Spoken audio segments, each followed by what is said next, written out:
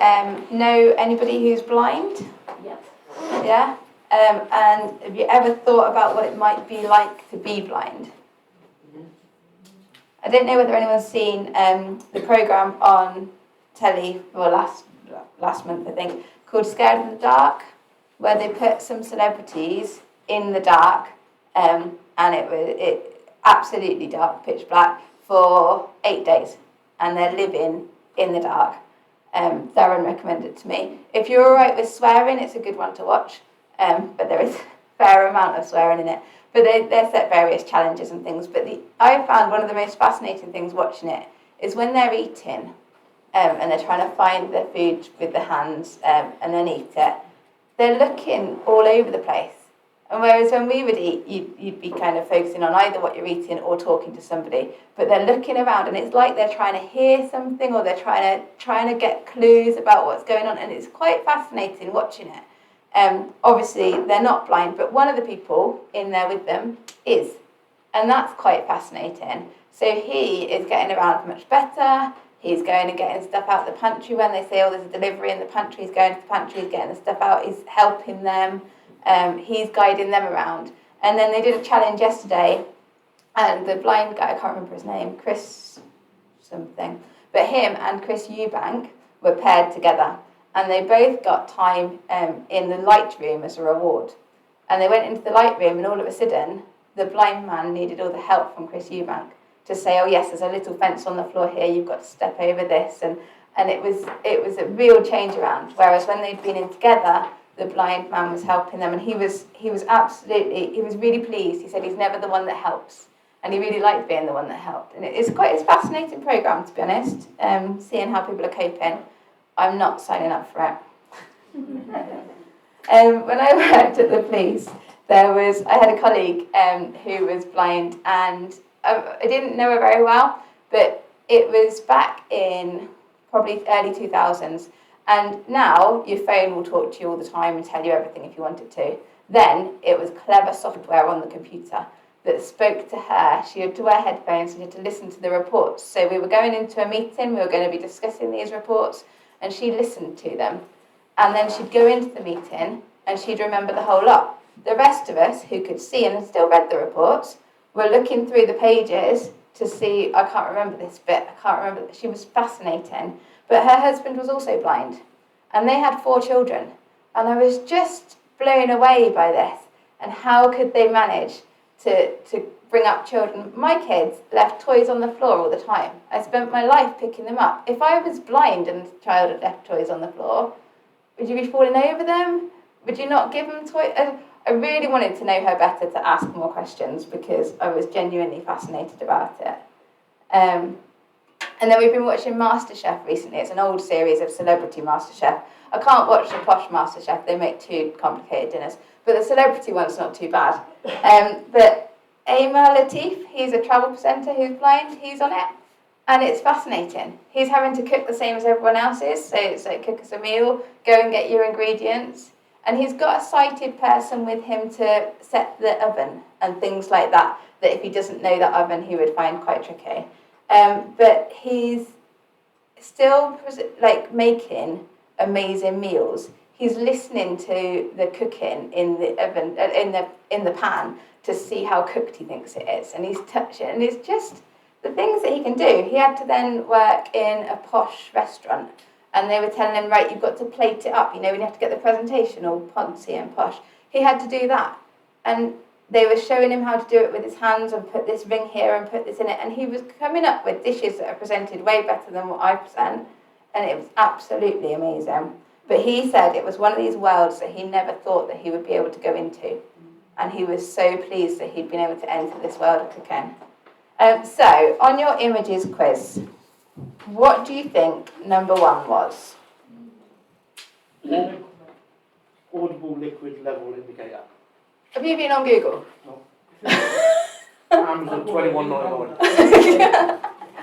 So number 1 is a liquid level indicator. It's so that you can put it over the side of your cup, and you can pour your boiling water in for your tea, And then one of the other ones, you can pour your milk in, and it gives alarms at different points. So the different levels of one's for the tea, one's for the milk, and whatever, so that you know how much of this stuff to put in.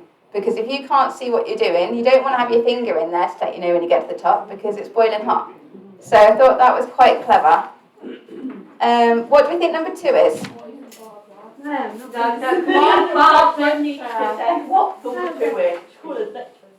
A deck chair? It's an unfolded deck chair. It's a challenge when you don't know how big the thing is. It's probably a bit smaller than that. You're going to say no. A bread slicer. So it's the guard, so that when you have your loaf of bread in it, you still cut it with the knife, but you know where to put the knife. Amazon $10.99.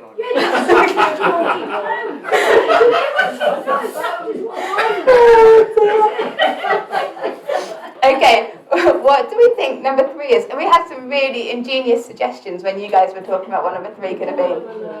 Boiler alert. Bottom of a kettle thing to turn the pot into a kettle. That's the only way I could.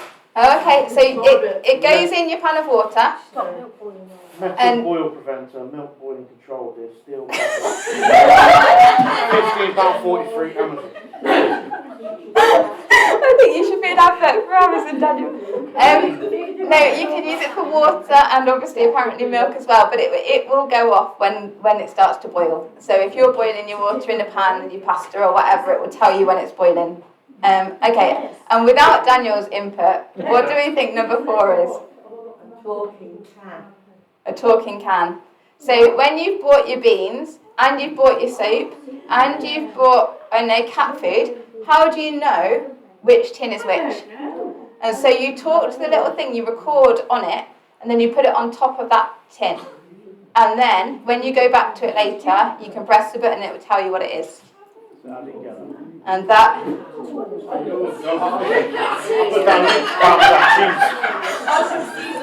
one of those twisty things that turns round. Now we choose that up. But I thought they were all quite useful gadgets if you were blind and you were trying to find stuff out. I think it highlights a little bit of how the technology can help you live in life as a blind person, but it's still clearly very, very difficult. How did you find the mazes that I gave you this morning? I didn't even attempt because it was too much under and over. Oh. They're on Amazon for $64.95. You found it? Yeah. Yeah, so I thought that the smaller maze was probably easier than the more complicated, harder maze. What about if you couldn't see? Pardon, what did you say? What about if you couldn't see? How easy would the maze have been then? More difficult. That's the kind of thing that you wouldn't have been able to access at all. I couldn't have given a blind person that piece of paper and say, do that maze. But if I'd given you one with raised bits, then maybe you could have done it. Oh dear. Right, I think we'll move on from the very exciting quiz that we did. So now we are going to talk about the story that we watched in the video. It's a story from John's Gospel, which is in the New Testament of the Bible, and it's chapter 9, verses 1 to 15. It's the only place in the Gospel where they talk about somebody who had had a disability since birth, which I thought was quite an interesting thing. In those days, the world that the blind man could enter would be so much smaller. There was none of that technology available. There also wouldn't have been the understanding of his disability, because as you heard, the assumption was that either his parents had sinned or he had been born full of sin. And therefore, he wouldn't have had the same support that we try and give people now. He wouldn't have been able to work and earn a living. He would have been reliant on people, charity, and the temple support and things like that. But that's all he would have got. Whereas nowadays, you can put things in place so that people who can't see can be doing a lot more. I really like the video portrayal of the story because it brought it to life a bit more than just reading it in the Bible. I can't imagine what it would have been like for him. Jesus comes along and tells him that he's blind so that God's power can be shown. To be honest, I don't know how happy I would have been about that. I've been blind all my life. I'm reliant on other people, and it's been a life of hardship. How happy would I have been when Jesus said that? Would I have resented God? But at the same time, Jesus also tells him, I am the light of the world. I don't know what that would have meant to the man. Would that have given him some hope? I'd hope it would, really. Then, Jesus made mud from spitting on the ground. Now, saliva was something that was used for medicine in those days, so the spitting bit wasn't the weird bit there. But would the man have known what was going on? He's sat there, he can't see what's happening, and Jesus made mud from spitting on the ground, and then put it on his eyes.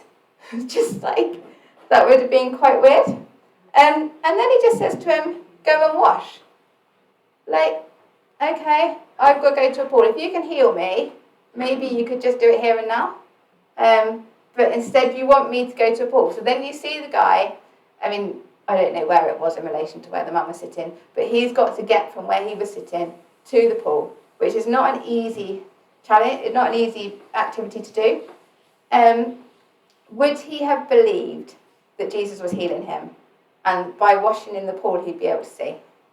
You kind of hope that he would have thought that, but I don't know what he would have thought. Would he have known that God keeps his promises? And what about when he actually got to the pool? I would have been really scared, I think, to open my eyes, in case you thought, oh, maybe I'm healed, but what if I'm not? And I think I would have found that quite a challenge. But he washed in the pool, he opened his eyes, and he could see. And it's the most incredible gift that he's been given that day. Suddenly he can see light.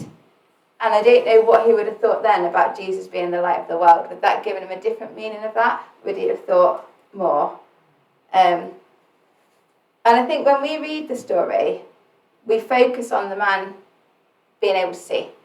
But I think we forget about all those bits that we just talked about. And what would have gone through his head? What would he have thought? And we don't know the answers to those questions, but we can think about how we would have felt. So I was going to read it to you again, just what it actually says. As he went along, he saw a man blind from birth. His disciples asked him, Rabbi, who sinned, this man or his parents, that he was born blind? Neither this man nor his parents sinned, said Jesus. But this happened so that the works of God might be displayed in him. As long as it is day, we must do the works of him who sent me. Night is coming when no one can work. While I am in the world, I am the light of the world. After saying this, he spit on the ground, made some mud with the saliva, and put it on the man's eyes. Go, he told him, wash in the pool of Siloam. This word means sent.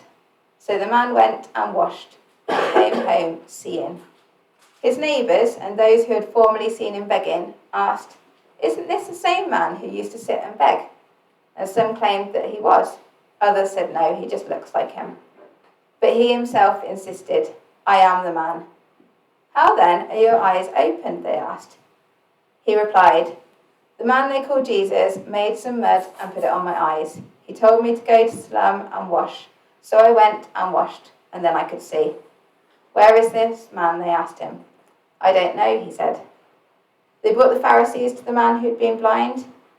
Now the day on which Jesus had made the mud and opened the man's eyes was the Sabbath, and therefore the Pharisees also asked him how he had received his sight. He put mud on my eyes, the man replied, and I washed, and now I see. So that was where I'm going to stop for now. So looking back, what happened when the blind man met Jesus? Firstly, Jesus took notice of him. Many others would have walked past, ignored, maybe they would have felt pity, but Jesus stopped. Secondly, the man listened to what Jesus said. Jesus told him, I am the light of the world. Thirdly, the man trusted Jesus. He went to wash himself in the pool as Jesus told him to, even though he didn't know what to expect. And then he received his sight. After that, a bit later on in the chapter, he became a disciple of Jesus, a follower of Jesus. And I'll just read that part.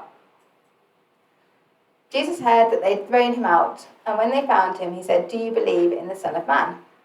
"Who is he, sir?" the man asked. "Tell me so that I may believe in him." Jesus said, "You have now seen him. In fact, he is the one speaking with you." Then the man said, "Lord, I believe," and he worshipped him. Jesus said, "For judgment I have come into this world, so that the blind will see, and those who see will become blind." Some Pharisees who were with him heard him say this and asked, "What? Are we blind too?" Jesus said, "If you were blind, you would not be guilty of sin. But now that you claim you can see, your guilt remains." So the blind that they're talking about there is not the same physical blindness. They're talking about the spiritual blindness, the fact that they don't understand that Jesus is who he says he is. The fact that the Pharisees thought that they knew everything, they thought they could see, but actually they were missing the big picture. The blind man, who they assumed was blind because he was in spiritual darkness, he actually saw God's light. Whereas the Pharisees, who could see physically, and they thought they were therefore enlightened, were showing that they were not actually, they were spiritually blind. And we listened to the song Amazing Grace earlier, and it talks about being lost, and it talks about being blind before meeting Jesus. But now the person is found and can see. And this is referring to that spiritual blindness that John wrote about. Before you meet Jesus, you don't have that understanding. But when the blind man met with Jesus, his eyes were opened, both spiritually and physically as well. And we don't need to have a physical encounter with Jesus for our life to change, but we do need to have a spiritual encounter. When this happens, we can see who Jesus is, and then we will be changed. We're going to end the song now, which is called "I Believe in Jesus," and it is what happens when we encounter him and see who he really is.